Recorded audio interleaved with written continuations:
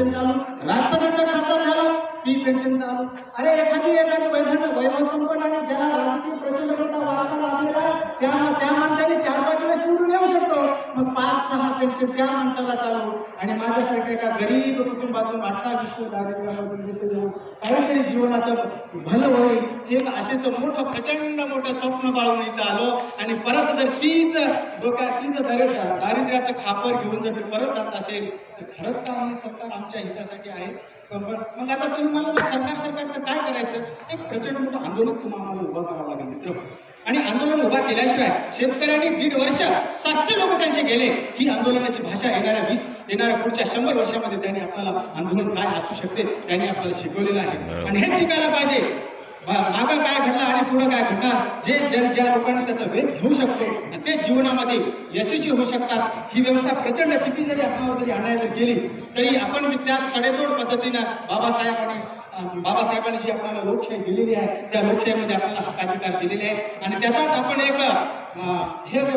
तीच एक विचार आणि ती लोकशाहीचा एक विचार आपल्या मनामध्ये घेऊन आपण बंड आपण आपल्या हक्काविरुद्ध बंडमध्ये क्रांती किंवा दुसरं काही मी म्हणणं केलं तुम्हाला, जे आपल्या खिशातून आपल्या तोंडातून ज्यांनी आमचं घास हिसकाटून घेत आहे आणि आमची प्रचंड मोठी हरासमेंट करते आणि आमच्या जीवनासोबत खेळतात, आमचं आर्थिक शोषण करतात, श्रमिक शोषण करतात. मग या शोषणाविरुद्ध आपण सगळ्यांनी लढलं पाहिजे. लढलं तरच आपलं काहीतरी होणार आहे. अरे जी योजना चालू आहे अशा प्रगती जर चालू होती पण आर्थिक काय ते कोणत्या विभागाची अर्थ विभागाची मान्यता घेतली नाही. आता मी घेणार तुम्ही घेणार त्या अर्थ विभागाची मान्यता आणि तुम्हाला आम्ही तिथं हजारो लाखो रुपये पगार देऊन यांना आपण तिथं कशाला बसवलं, ज्यांना आपण निवडून दिलो, जे आम्हाला तुम्ही आमचे कार्यकर्ते आमचे संघटनेचे कार्यकर्ते ते 5 वर्षानंतर तुम्ही आम्हाला पुढे घालून देऊन त्या पदवीधर आमदाराला तुम्ही आम्हाला मतदान करायला लावता, आम्ही त्यांना मतदान करतो. तो पदवीधर आमदार जो आहे तो आमच्या प्रश्न आमच्या समस्या सोडवण्यासाठी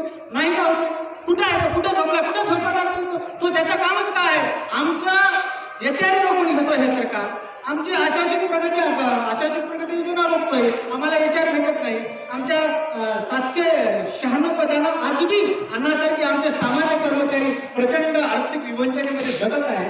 त्यांचं जगणं मुश्किल झालंय. तर पुण्याच्या लोकांना त्यांनी भेटायला पाहिजे. 15-16 सर्व विद्यापीठ आज या आंदोलनाच्या भूमिकेवर आंदोलन करत पोटतिडकीने आपण आंदोलन करतोय.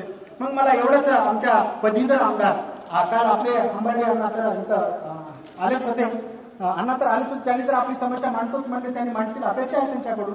पण जे आपले पदवीधर आमदार आहेत त्यांना त्याचं खरं ड्युटी आहे मित्र की त्यांनी आपल्या या आंदोलनाला त्यांनी पाठिंबा देऊन सरकारला वेठीस धरून आंदोलनाला पाठिंबा देऊन सरकारला वेठीस धरून तिथं विधान भवनामध्ये त्यांनी आवाज उठवायला पाहिजे की संपूर्ण महाराष्ट्र उच्च शिक्षणाचे जे कर्मचारी आहेत ते आज 6 दिवसापासून संपूर्ण विद्यापीठ बंद ठेवलेले आहेत. सगळ्या हजारो लाखो मुलांचे इथं शैक्षणिक नुकसान होत आहे, त्यांची गळबेच होत आहे, त्यांची हॅरेसमेंट होत आहे, त्यांचे कामं रुकत आहे आणि आपण म्हणजे मस्तपैकी तिकडं हे करतो. म्हणजे ही कुठली नीती आहे. म्हणून मला एवढंच म्हणायचं आहे मित्र, तुम्ही आणखी दुसऱ्या आणखी काही गोष्टी करू. यावेळेस मी एवढंच तुम्हाला जे माझ्या पोटामध्ये होतं ते पोटावर आलं. एक तळमळीचा कार्यकर्ता मी दुनियाभर फिरणारा, त्याच्यामुळे एक संवेदनशील माणसाचं मन असायला पाहिजे. आपल्याजवळ जर संवेदना जर नसेल तर आपण काय कामाचे. म्हणून ही संवेदनशीलता माझ्या मनातलं जे दुःख आहे मी आज तुमच्या सगळ्या